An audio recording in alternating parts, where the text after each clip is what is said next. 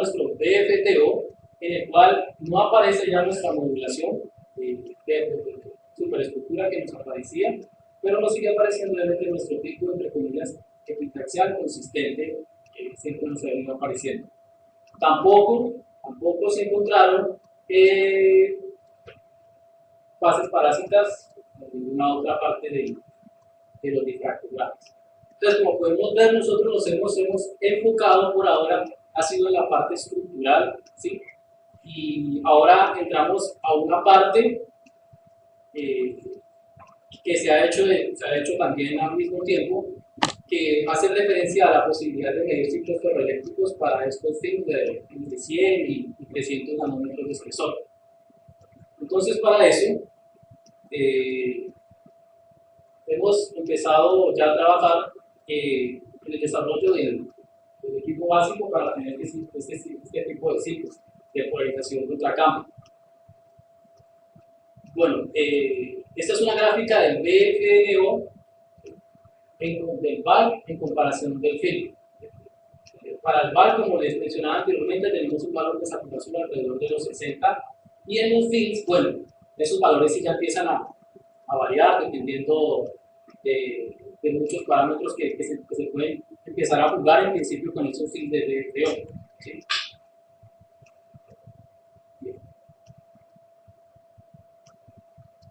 Ahora, la parte básica de esto consiste básicamente en este tipo de circuito que tiene una configuración conocida como Saddle Power, en el cual, bueno, tenemos nuestro film, nuestro capacitor de nuestra película, y que es acoplado en serie con un capacitor de referencia. Entonces las señales se envían de esta manera y se analiza la diferencia de fase entre ellas dos.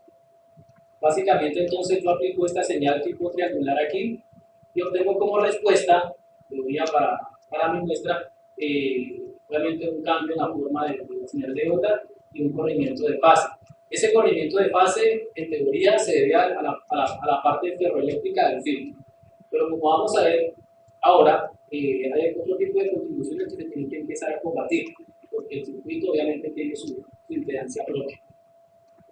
Entonces, de esto se hace la gráfica de nuestro señal de entrada contra salida, y lo tenemos en principio en nuestro ciclo ferroeléctrico de polarización contra campo. Nosotros, obviamente, en principio lo que se mide es el potencial de entrada, ¿sí?, contra el potencial de salida.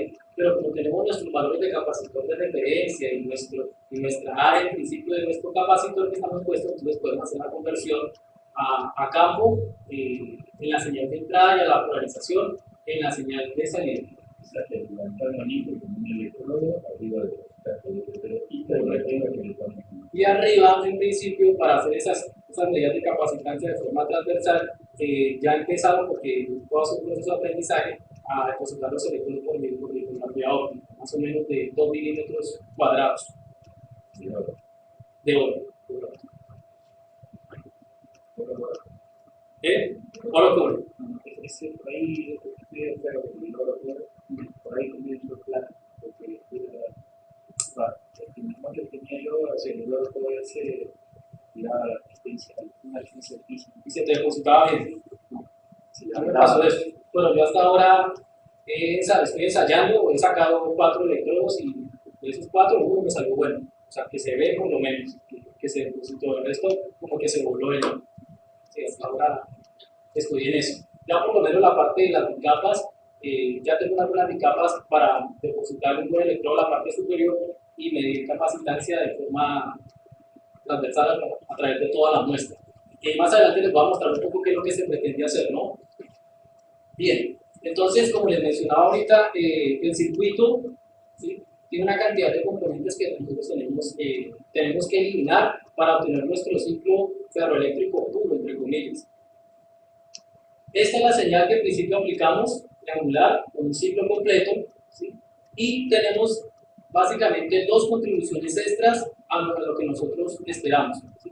Esta es la carga del ferroeléctrico en función del tiempo, pero se puede presentar también una contribución dieléctrica que tiene esta forma y una contribución capacitiva que tiene esta forma.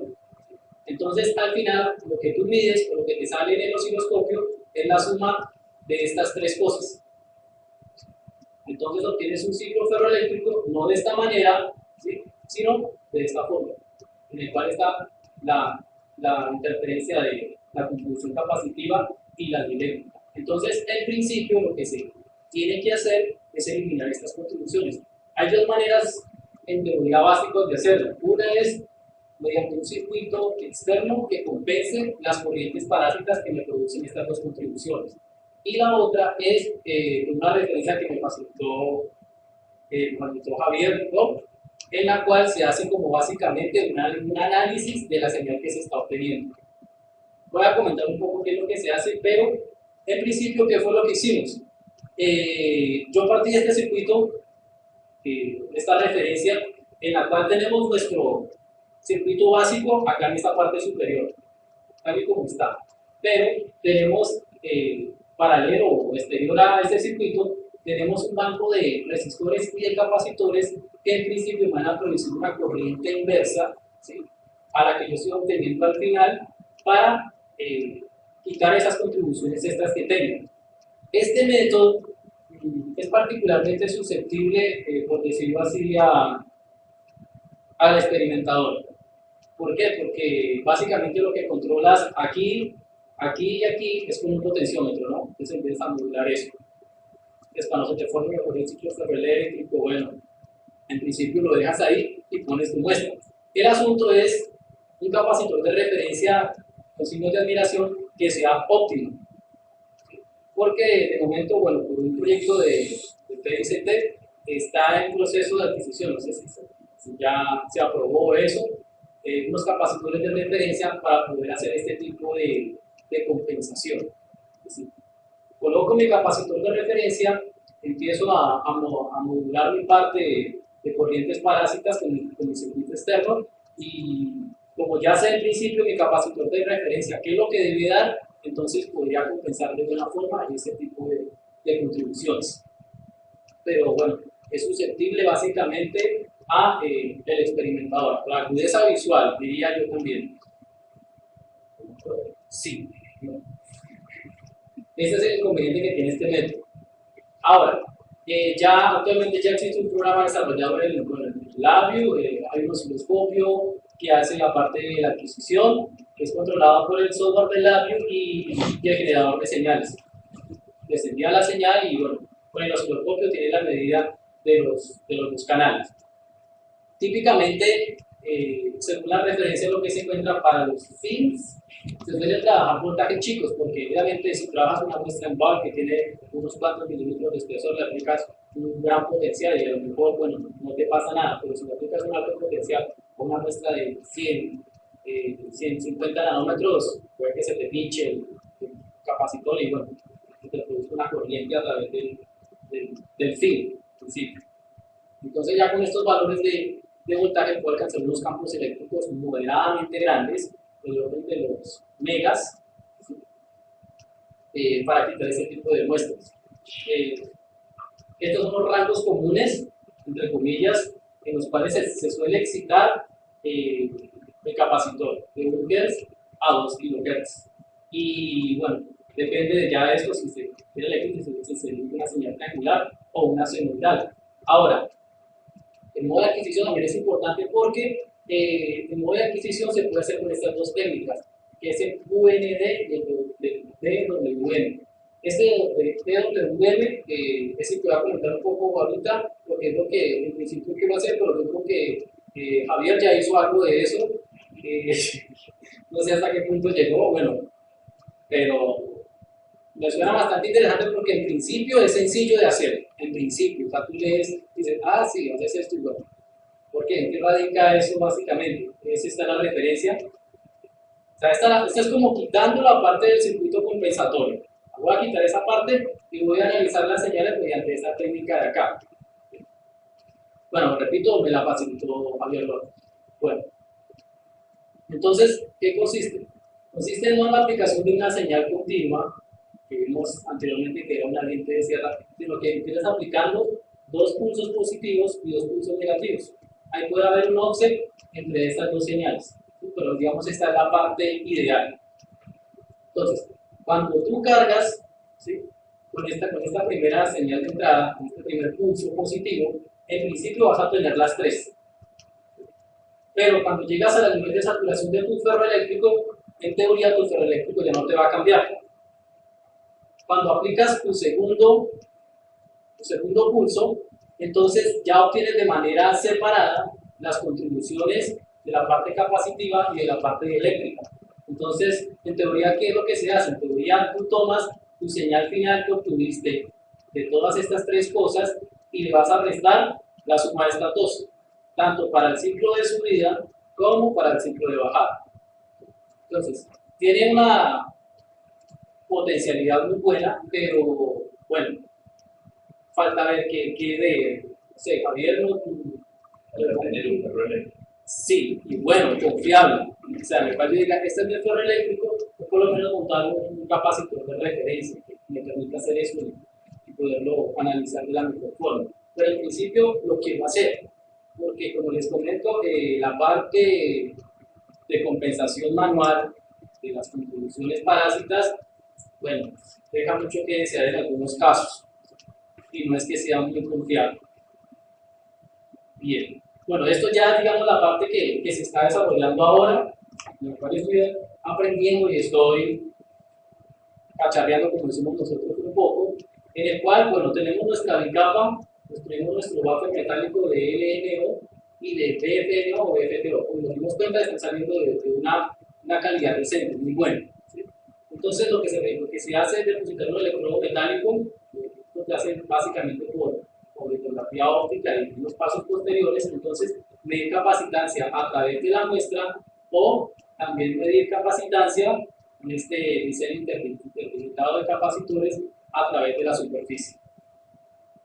Generalmente estos electrodos metálicos que estoy ensayando son alrededor de 1 o 2 micras y estos peines, el tamaño de cada dedo, el grosor de cada dedo, era más o menos de 5 micras y la separación entre dedo y dedo alrededor de 10 micras. Entonces, en principio podemos medir la capacitancia de estas dos formas. Bueno, esto es una imagen en principio de lo que se quiere hacer en algún momento. Tal vez es un poco más sencillo de lo que alguna gente ya ha hecho este tipo de configuraciones. Bueno, pues en teoría lo mío sería menos complicado. Bueno, las conclusiones con respecto a lo que va aquí son que, bueno, obviamente hemos tenido películas de gas, de sistema de FTO con una orientación preferencial en un solo cero. Las fases extras que aparecen en algunas se deben a fases parásitas de Bigruto que son originadas por operaciones en el flujo de oxígeno de acuerdo a esta referencia. Sí, es muy posible que se deba a eso. En todos los casos, los FID muestran una morfología policristalina, bueno, generalmente, particularmente de NO. Y respecto a los buffers metálicos, muestran por ahora unos valores de conductividad, temperatura ambiente y acordes o suficientes para ser utilizados como buffers metálicos y poder hacer ya nuestras medidas de capacitancia. Como perspectivas, en estas próximas semanas viene a hacer una caracterización tipo PFL, ¿sí?, o CAFL en las bicapas. También he consultado con algunas personas que ya saben o han tenido experiencia con este tipo de medidas, hacer referencia a medidas de textura en el equipo de difracción de rayos X, ¿sí?, para el trazado de diagramas polares y ver qué tal es ese grado de orientación en el eje C que estoy obteniendo para mis muestras. Medidas de split, ya se han hecho algunas, pero esas medidas de split que se hicieron en algún momento, bueno, se hicieron sobre las primeras muestras y bueno, el blanco se estaba estabilizando, cosas así, y eran muy reproducibles. Y obviamente ya con lo que se viene haciendo paralelo, en algún momento si quieren hacer ya medidas de transporte eléctrico, obviamente de los PDUs con el sistema que más o menos describí anteriormente. Muchas gracias.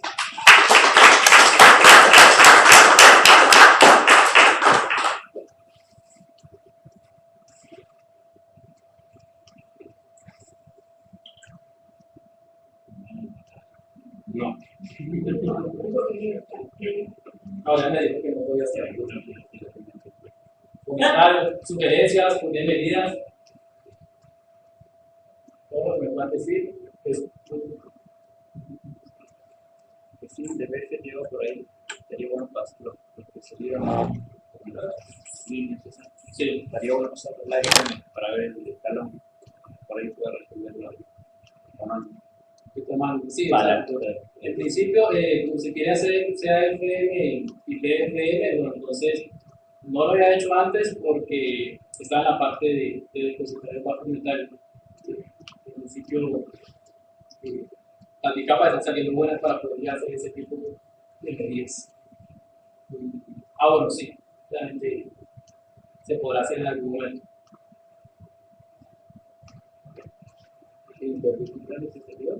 ¿Qué, perdón?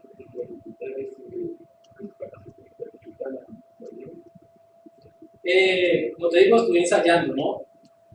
Porque solamente he depositado cuatro. Deposité 3 electrodos cuadrados y uno interdigitado. Interdigitado no me salió. Tal vez por lo que dice Luis, que no es conveniente utilizar hierro cobre, que fue lo que al principio usé, que era el que estaba puesto, el blanco que estaba puesto en la máquina de escala. Sí, oro cobre. Sí. Bueno, no sé si sea ese. Porque es que algunos que no están rotulados, ¿no? Hay algunos que no tienen etiqueta. Entonces tengo que preguntar, ¿de qué es esto? ¿De qué es esto? Ahorita conviene agarrar, mirte la muestra del patering de nuevo y depositarlo claro. Porque el diseño que hice con Lito salió bien, cuando lo miré en la Nikon y todo, pero después de que le hice el spattering y le quité supuestamente la resina, no se veía nada. Además que lo graba Sobre el óxido. no es sobre el óxido, es sobre el Sí, digo, sí. Espera que la resina se vaya y quede ahí, pero no quedó. Bueno, hasta ahora solamente, como les digo, he hecho 4. He ensayado con algunas muestras viejas para ver qué tal se adhieren, qué tal salga el electrodo.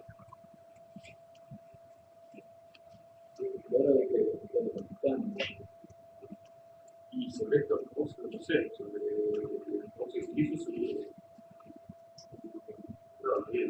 salieron sobre todo y tal. Hasta ahora lo que he hecho no, pero obviamente paso a seguir para que se utilicen esos electrodos metálicos. Verás, en estos días vienen ¿qué distancia tienen? Las distancias, el tamaño de cada dedo, 5 micras más o menos, y la distancia entre cada dedo de 10 micras. Con eso voy a ensayar. Hay unos más chicos, pero no sé, de pronto la parte de la litografía. Porque el asunto es que yo estoy ensayando con muestras muy chicas, de alrededor de 3 milímetros por 2 milímetros, que es mucho más chico que lo que trabaja Twitter. Mucho más chico. Con 4, está por ahí. Y bueno, tienes un problema con el asunto de los bordes, cuando le pones la resina y le pones a espinar y eso. Entonces me di cuenta de que le pones la resina y no tienes que darle tiempo a la resina como que se asiente. Tienes que de una vez espiñarlo, porque bueno, cuando estaba haciendo eso, lo dejaba por ahí unos 30 segundos mientras hacía algo, se acomodaba todo y terminaba de espiñar y cuando la miraba, se dan los bordes grandísimos alrededor de ella. Sí. Entonces, bueno, cosas que uno va aprendiendo durante todo este proceso. Igual estoy ensayando con las muestras viejas para tener las mejores condiciones para tener los metálicos.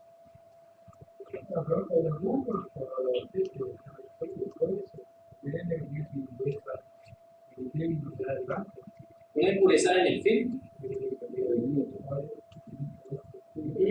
Bueno, es que uno en teoría piensa de que se va a depositar el óxido de glutio se va a depositar de cierta manera, de acuerdo a la obra perovskita, pero por ahí no sé, puede haber alguna fase extra que se está depositando más en cierta parte del óxido de glutio y eso es lo que se ve, digamos, en el cartograma.